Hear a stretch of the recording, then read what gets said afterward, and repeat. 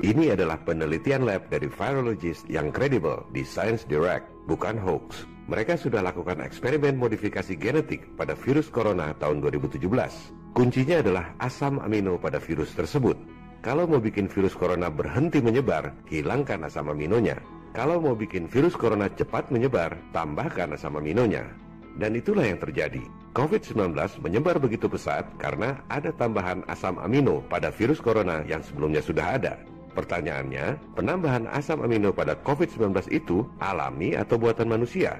Kita cari lagi sumber data yang kredibel. Menurut profesor dari National Taiwan University, penambahan asam amino pada virus corona sangat tidak wajar. Biasanya, mutasi virus tidak radikal seperti itu.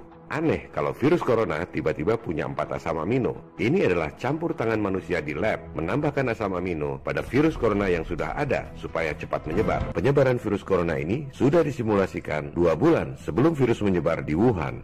Hasil simulasi tersebut, COVID-19 menyebabkan kematian 65 juta orang. Penyebaran virus corona 2019 ini sudah didesain dan direncanakan dengan sangat matang. Jurus yang digunakan sebenarnya itu-itu juga. Seperti preman tebar paku di jalan. Problem, reaksi, solusi. Jurus problem reaksi solusi ini dulu mereka gunakan untuk menggolkan Undang-Undang Federal Reserve 1913. Coba Anda pikir, gimana caranya supaya bisa ada bank sentral swasta di Amerika? Langkah pertama, problem. Ciptakan krisis. Dibuatlah peristiwa Panic 1907, seolah ada krisis keuangan yang parah di Wall Street. Padahal waktu itu nggak ada masalah apa-apa. Mereka bisa melakukan rekayasa itu karena merekalah penguasa Wall Street. Langkah kedua, ciptakan reaksi. Media-media massa yang sebagian besar milik mereka membakar massa seolah-olah ada krisis keuangan yang sangat parah. Masyarakat panik, rame-rame bank rush. Maka jadilah krisis beneran akibat teror ketakutan. Lantas, para dewa keuangan saat itu, Rockefeller, JP Morgan, Jacob Schiff, dan lain-lain kampanye. Ekonomi nasional akan runtuh. Kita butuh otoritas moneter yang baru.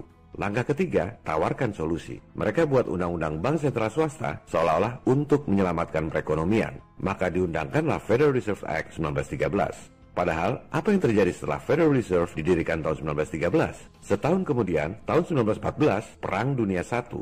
Tahun 1929, The Great Depression. Amerika Serikat yang adik kuasa itu secara teknis sebenarnya sudah bangkrut tahun 1933 akibat The Great Depression. Padahal dulu alasannya bikin undang-undang Fed supaya ekonomi stabil.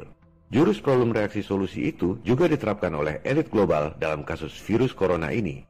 Pertama, ciptakan problem, sebarkan virus corona. Yang dijadikan kambing hitam adalah Cina, negara berpenduduk banyak sekaligus untuk melumpuhkan perekonomian Cina. Seolah-olah virus corona menyebar di dunia akibat orang Cina. Padahal, menurut Menlu Cina dan para saintis di sana, virus corona sengaja disebar di Wuhan oleh tentara Amerika yang datang mengikuti Military World Games di sana. Kedua, ciptakan reaksi. Panik global sengaja di-blow up oleh media-media massa yang dimiliki oleh elit global.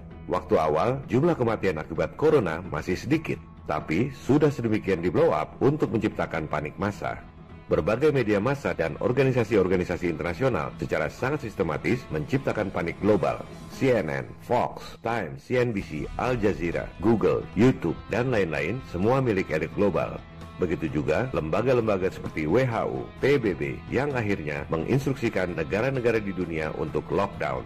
Akibatnya, ekonomi hancur, nilai mata uang anjlok, pasar modal hancur, perbankan stop salurkan kredit. Ini memang tujuan mereka. Ketiga, seperti preman tebar paku, mereka nantinya akan datang pura-pura menawarkan solusi. Solusi pertama, vaksin.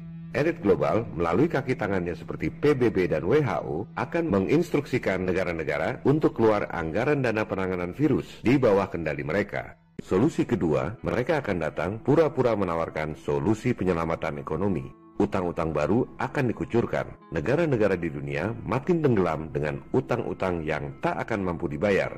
Memang itu tujuan mereka. Mereka bisa menawarkan utang miliaran dolar karena mereka bisa nyetak duit modal dengkul.